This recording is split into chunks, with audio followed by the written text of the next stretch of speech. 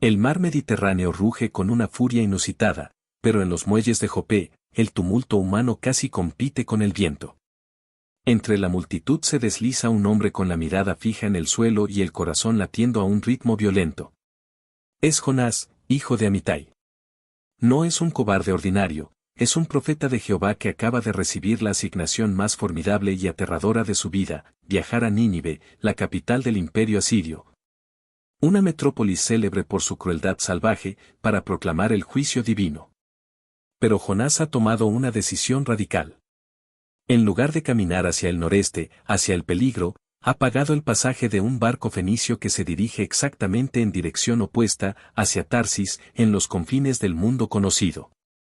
Mientras sube a bordo, el crujido de la madera y el olor a sal y brea le dan una falsa sensación de alivio. Cree que la distancia física lo mantendrá a salvo de la asignación de Dios. El barco suelta amarras y se adentra en las aguas abiertas, cortando las olas con destreza.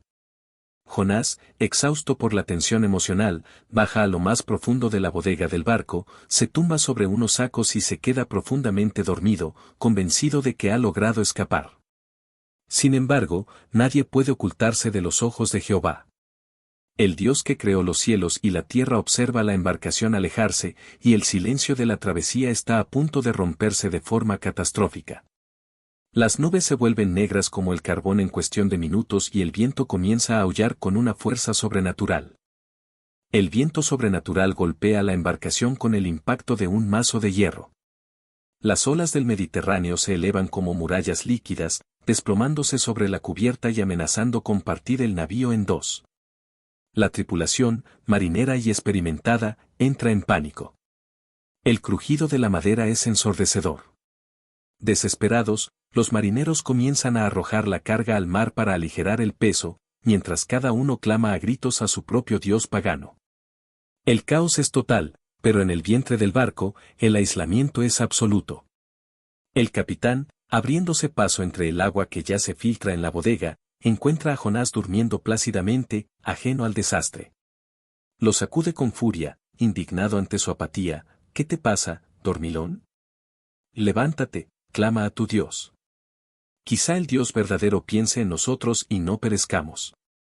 Convencidos de que una fuerza divina los persigue por culpa de alguien a bordo, los marineros deciden echar suertes para descubrir al responsable. La tensión se corta con un cuchillo mientras las suertes giran. El resultado es inmediato y definitivo, la suerte cae sobre Jonás. Todas las miradas, inyectadas de terror y sospecha, se clavan en el profeta hebreo. Los marineros lo cercan, exigiéndole respuestas inmediatas sobre su origen, su oficio y su Dios. Jonás, asumiendo la cruda realidad, no titubea ni adorna sus palabras. Con una serenidad que contrasta con la tormenta, declara: soy hebreo, y temo a Jehová, el Dios de los cielos, que hizo el mar y la tierra seca. Al instante, les confiesa que está huyendo de la presencia de ese mismo Dios. El pánico de los hombres se multiplica. Saben que han desafiado al creador del elemento que ahora mismo los está devorando. Con el barco a punto de zozobrar y las olas rugiendo cada vez más alto, los marineros le gritan desesperados: ¿qué debemos hacer contigo para que el mar se nos calme? Jonás sabe perfectamente cuál es el precio de su rebelión, y la respuesta que está a punto de dar sellará su destino en las profundidades. Tómenme y láncenme al mar, y el mar se les calmará, responde Jonás con una frialdad cortante. Porque yo sé que por mi causa les ha sobrevenido esta gran tormenta. Los hechos son claros y el profeta no busca adornar su culpa, sabe que su desobediencia ha puesto en jaque la vida de hombres inocentes. Sin embargo, los marineros se resisten a cometer lo que consideran un asesinato. En un último esfuerzo desesperado, hunden los remos con fuerza bruta, intentando con todas sus energías hacer volver el barco a la costa. Pero es inútil. El mar se vuelve cada vez más tempestuoso contra ellos, demostrando que ninguna fuerza humana puede doblegar la voluntad del Dios verdadero. Al borde del colapso y viendo la muerte de frente, los marineros claman a Jehová: por favor, oh Jehová, no perezcamos, por favor, por causa del alma de este hombre. No quieren que la sangre de Jonás caiga sobre sus cabezas, pero entienden que no hay otra salida. Con las manos temblorosas y el agua golpeándoles el rostro, levantan al profeta hebreo y lo arrojan por la borda hacia el abismo líquido. El impacto de Jonás contra el agua coincide con un cambio drástico e inmediato. El mar cesa instantáneamente su furia, el viento se apaga y el oleaje enfurecido se convierte en una calma sepulcral. Los marineros, testigos de este despliegue de poder absoluto, quedan sobrecogidos por un temor reverente a Jehová. De inmediato, ofrecen un sacrificio y le hacen votos, reconociendo al Dios de los cielos. Mientras tanto, Jonás se hunde rápidamente en la oscuridad del océano, la presión del agua aplasta sus pulmones y las algas se enredan en su cabeza. Sabe que la muerte es inminente. Pero Jehová no ha terminado con su siervo. En la penumbra de las profundidades marinas, una silueta colosal y monstruosa se aproxima a gran velocidad hacia el profeta que se ahoga. No es un instrumento de destrucción, sino el inesperado medio de salvación que Dios ha preparado.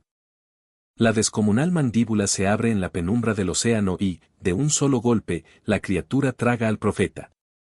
Jonás no siente el impacto de unos dientes trituradores, sino un violento viaje por un conducto húmedo y estrecho hasta caer en un espacio cavernoso, oscuro y asfixiante.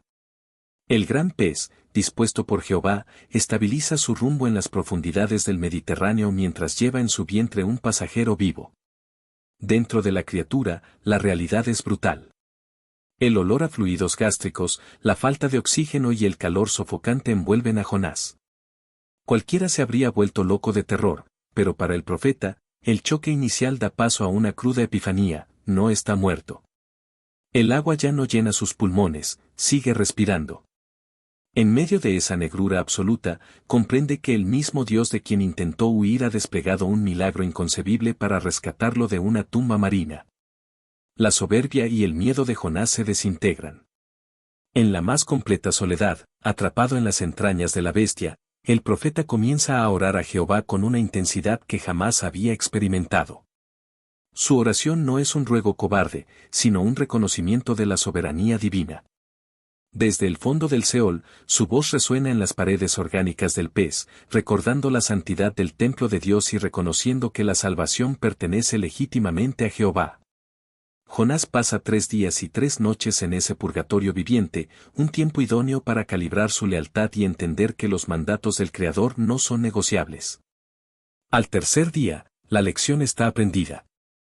Jehová da la orden, y el gigantesco animal altera su curso, dirigiéndose a toda velocidad hacia la costa, donde el encierro de Jonás está por terminar de forma abrupta. El gran pez emerge en las aguas someras de la costa y, con una violenta contracción, vomita a Jonás sobre la tierra seca. El profeta rueda por la arena, jadeante, cubierto de fluidos estomacales y algas, deslumbrado por la luz del sol que no veía desde hacía 3 días. Mientras recupera el aliento y limpia la sal de sus ojos, el silencio de la playa es interrumpido por la misma voz que intentó evadir en Jope. Jehová le habla por segunda vez con una orden idéntica, directa y sin concesiones: levántate, ve a Nínive, la gran ciudad, y proclama a ella la proclamación que te voy a decir. Esta vez no hay vacilación, ni planes de fuga, ni maletas hacia Tarsis. Los hechos han demostrado que resistirse al Todopoderoso es una estupidez matemática. Jonás se pone en pie, sacude la arena de su túnica blanqueada por los jugos gástricos y emprende la marcha hacia el noreste. El viaje es largo y pesado, pero la determinación ha reemplazado al miedo. Nínive aparece finalmente en el horizonte como una mole de piedra y ladrillo que parece infinita. Es una ciudad inmensa, de 3 días de camino para recorrerla a pie, protegida por murallas colosales y custodiada por un ejército despiadado. El olor a sangre de sus conquistas y la soberbia de sus gobernantes se respiran en el aire.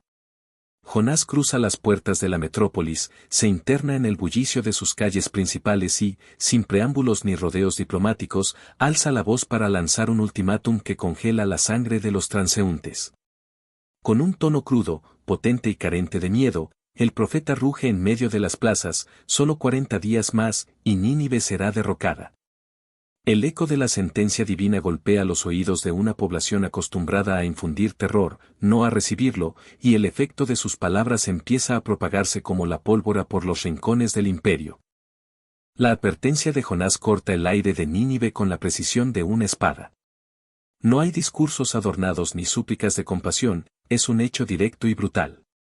Los ninivitas, conocidos en todo el mundo antiguo por su ferocidad implacable y sus conquistas sangrientas, se detienen en seco.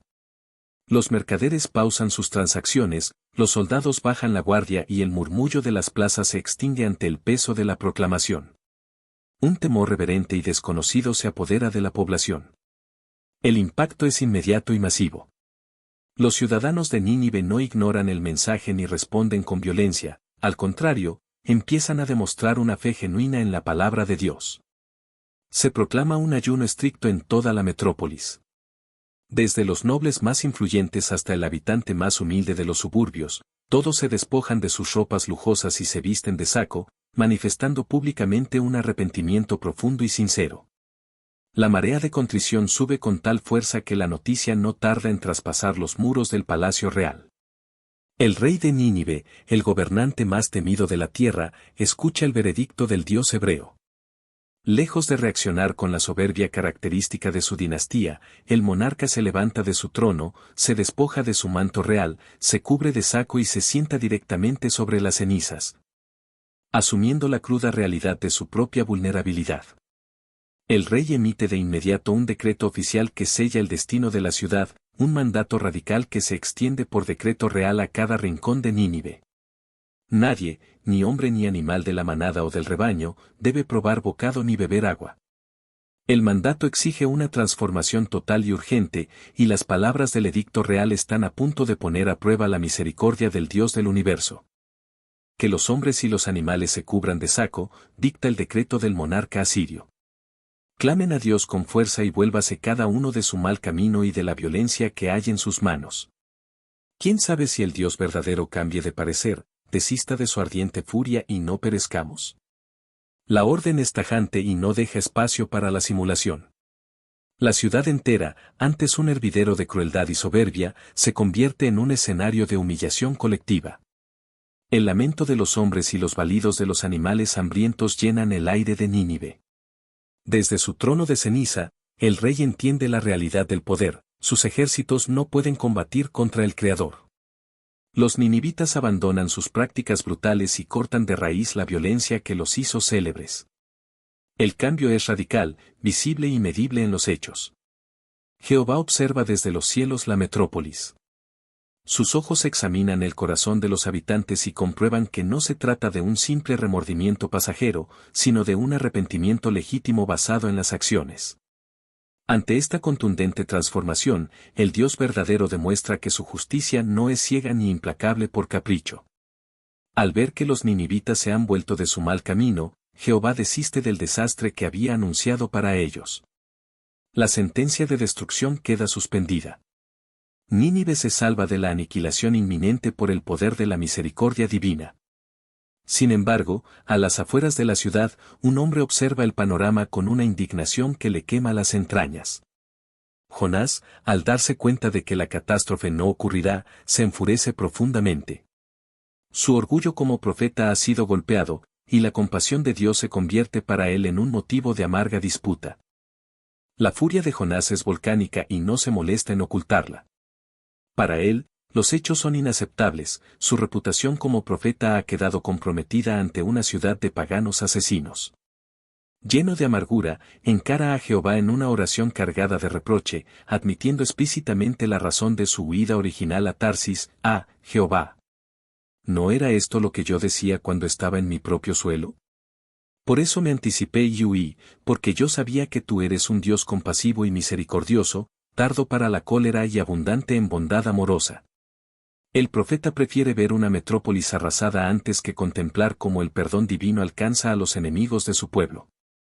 Su frustración es tan agónica que, en un arrebato de egocentrismo, le espeta a Dios: ahora, oh Jehová, quítame la vida, por favor, porque mejor me es morir que vivir. La respuesta de Jehová es corta, fría y directa, una pregunta diseñada para desmantelar su soberbia: ¿haces bien en enfurecerte tanto? Jonás ignora el cuestionamiento. Con el ceño fruncido y masticando su resentimiento, sale de la ciudad, camina hacia el este y se retira a las colinas áridas que vigilan la llanura de Nínive. Allí, bajo el sol implacable del desierto, construye una precaria cabaña con ramas secas. Se sienta bajo su sombra, cruza los brazos y se dispone a esperar, con la terca esperanza de que, tal vez, Jehová cambie de opinión y descargue fuego sobre la urbe. El calor en la colina se vuelve sofocante, castigando el cuerpo del profeta. Sin embargo, Jehová, en su infinita paciencia, decide utilizar la misma naturaleza para darle a su obstinado siervo una lección práctica de compasión que jamás podrá olvidar. Jehová Dios dispone entonces una planta de calabaza vinatera para que crezca rápidamente por encima de la precaria cabaña de Jonás. En cuestión de horas, las hojas anchas y verdes de la planta se extienden como un manto denso, proporcionando una sombra fresca y protectora sobre la cabeza del profeta. El alivio físico es inmediato. Jonás, cuyo cuerpo estaba siendo castigado por el sol abrasador del desierto, siente un cambio drástico en su temperamento y se alegra muchísimo a causa de la planta. Por un momento, su amargura se disipa, cómodo en su refugio vegetal mientras sigue vigilando la ciudad desde la colina. Sin embargo, el confort de Jonás es efímero porque su lección aún no ha terminado. Al rayar el alba del día siguiente, Dios demuestra nuevamente su control absoluto sobre la creación, pero esta vez no utiliza un gran pez ni una planta frondosa, sino un elemento insignificante, un gusano. Por orden divina, el pequeño insecto hiere la raíz de la calabaza vinatera. La planta, que horas antes rebosaba vida, comienza a secarse de forma fulminante ante los ojos del profeta. Por si fuera poco, cuando el sol empieza a subir en el horizonte, Dios dispone un viento abrasador del este. El aire caliente del desierto y los rayos del sol golpean directamente la cabeza de Jonás con una fuerza implacable, haciendo que se debilite rápidamente. Deshidratado, exhausto y con el orgullo nuevamente herido al ver su refugio destruido, el profeta se entrega por completo a la desesperación. Con las fuerzas al límite y la mente nublada por el sufrimiento, Jonás vuelve a pedir la muerte con terquedad, exclamando que es mejor morir que seguir viviendo en esas condiciones. Es en ese preciso instante de vulnerabilidad extrema cuando la voz de Jehová rompe el silencio del desierto para confrontarlo con una verdad matemática y aplastante. La voz de Jehová corta el viento ardiente con una claridad demoledora: ¿haces bien en enfurecerte tanto por causa de la calabaza vinatera? Jonás, lejos de doblegarse, responde con la misma terquedad ciega que lo llevó a Jope: hago bien en enfurecerme hasta el punto de la muerte. El profeta defiende su derecho al enojo por la pérdida de una simple planta que le daba comodidad, sin percatarse de la profunda contradicción en la que está atrapado. Jehová toma el argumento de Jonás y lo destruye con una lógica aplastante: tú sentiste lástima por una calabaza vinatera por la que no trabajaste ni hiciste crecer. Una planta que apareció en una noche y pereció en una noche. ¿Y no debería yo sentir lástima por Nínive, la gran ciudad, en la que hay más de 120,000 hombres que ni siquiera saben la diferencia entre su mano derecha y su izquierda, además de muchos animales? La contundencia del hecho deja a Jonás sin palabras. Dios expone la miseria moral de su profeta: Jonás lamenta la pérdida de un vegetal efímero que no le costó ningún esfuerzo, pero exige la aniquilación de una metrópolis entera rebosante de seres humanos y animales creados por Dios. Los 120,000 ninivitas, en su ignorancia espiritual, eran merecedores de la oportunidad de cambiar, y el arrepentimiento de la ciudad justificaba con creces la clemencia divina. El silencio se apodera de la colina. El sol sigue castigando el desierto, pero el fuego en el pecho de Jonás empieza a transformarse. La lección de Jehová ha penetrado la armadura de su orgullo, y el profeta se queda contemplando la inmensa ciudad de Nínive, entendiendo por primera vez el verdadero alcance de la justicia y la misericordia de su Creador. El eco de las palabras de Jehová resuena en la mente de Jonás, desmantelando cada uno de sus argumentos. La llanura de Nínive se extiende ante él, ya no como un nido de enemigos condenados, sino como un vasto campo de seres humanos que han reaccionado al juicio divino con una presteza que el propio Israel rara vez había mostrado. El silencio del profeta es el reconocimiento de su derrota ideológica. Los hechos están sobre la mesa: la misericordia de Dios no es un recurso limitado que Jonás pueda administrar a su antojo. El sol comienza a descender, tiñendo de oro y púrpura las colinas asirias. Jonás se levanta de los restos de su cabaña.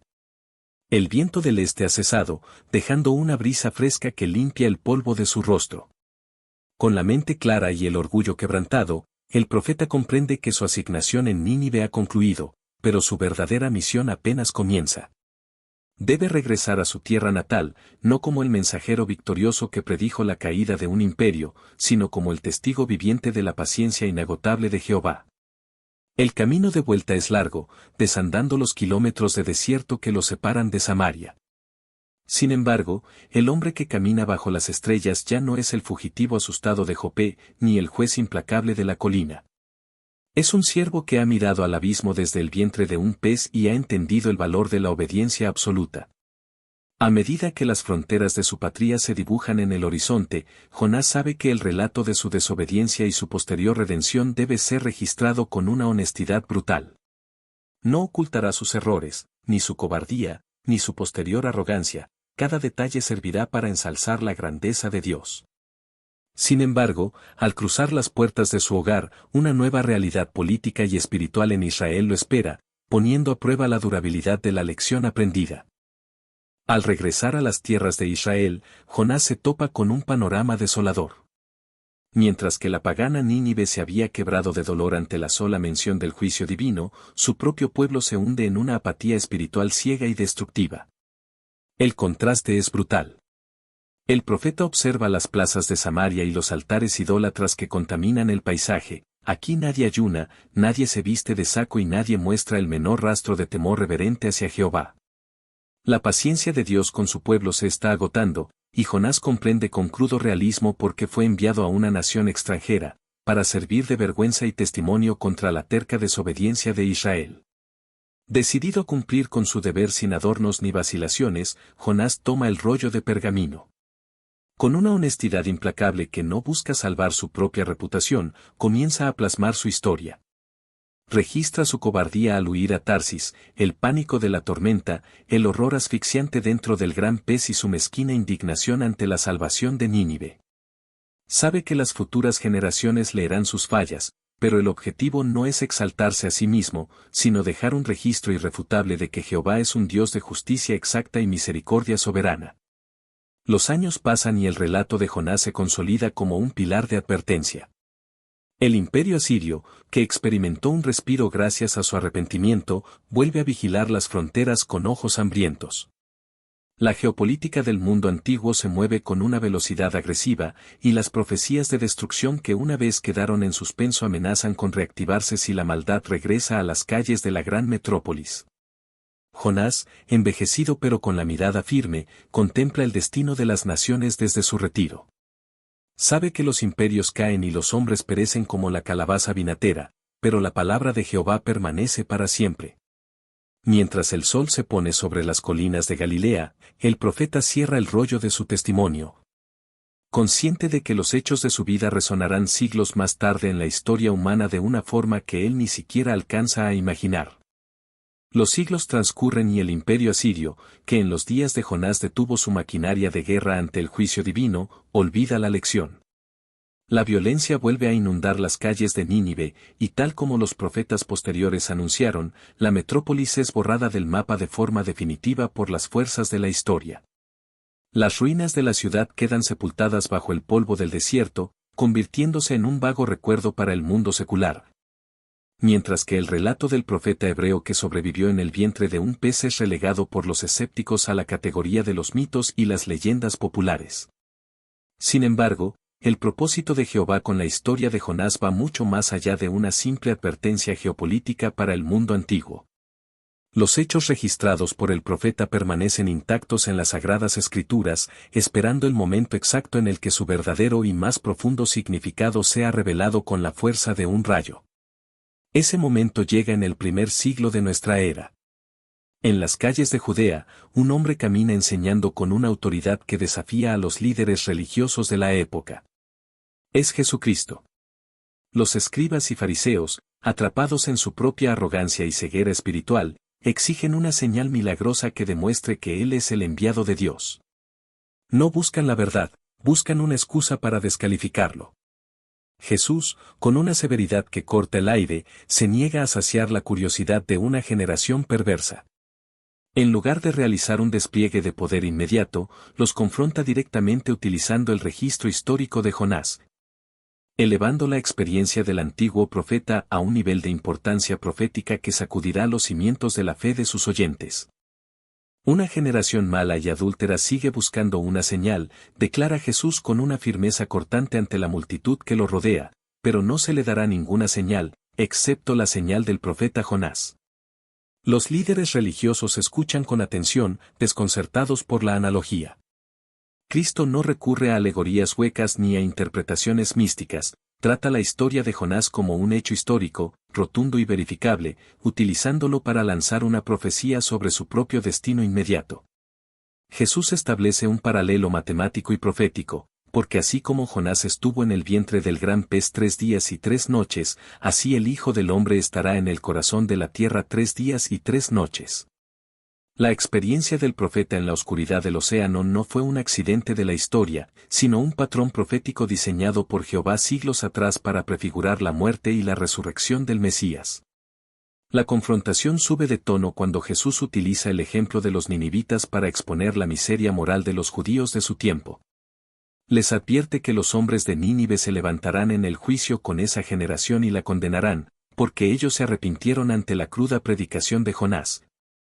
Mientras que los líderes de Israel tienen frente a sus ojos a alguien que es mucho más que Jonás y, aún así, endurecen sus corazones con una terquedad ciega. La señal de Jonás se cumple con una precisión milimétrica cuando Jesús, tras ser ejecutado, permanece en la tumba y resucita al tercer día, demostrando que la soberanía de Jehová sobre la vida y la muerte sigue intactos. El relato del profeta se convierte así en un puente que conecta el pasado con el cumplimiento del propósito divino, dejando la mesa puesta para la última página de esta crónica, donde el significado de la obediencia y la misericordia alcanzará su conclusión definitiva para los siervos de Dios en el tiempo del fin. La señal de Jonás queda grabada en la historia universal como un hecho irrefutable de la soberanía de Jehová. Lo que comenzó como una huida desesperada en los muelles de Jope se transformó, mediante la guía del Dios verdadero, en una de las demostraciones de misericordia y profecía más contundentes de todos los tiempos. Los testigos actuales de Jehová reconocen en este relato una verdad fundamental: los siervos de Dios no son perfectos, pero la obediencia absoluta y el cumplimiento de las asignaciones divinas no son opcionales. Hoy en día, el mensaje de advertencia que recorre el mundo no es el de la caída de una ciudad antigua, sino la proclamación de las buenas nuevas del reino antes de que el actual sistema de cosas llegue a su fin. La lección de la calabaza vinatera sigue vigente: los seres humanos, creados a la imagen de Dios, tienen un valor incalculable para el Creador, quien no desea que nadie sea destruido, sino que todos alcancen el arrepentimiento a través de una advertencia directa y sin adornos. Jonás, el profeta que conoció la negrura del abismo marino y la luz de la misericordia en las llanuras de Asiria, duerme en el polvo de la tierra, esperando el día de la resurrección.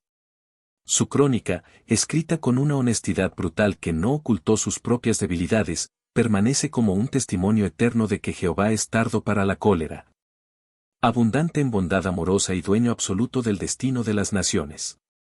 La historia ha concluido, las páginas se han cerrado, pero el hecho central permanece inalterable: la salvación pertenece legítimamente a Jehová. Y su palabra se cumple con una precisión matemática y eterna que ningún hombre puede detener. Si te gustó el video, dale like y suscríbete. Bendiciones.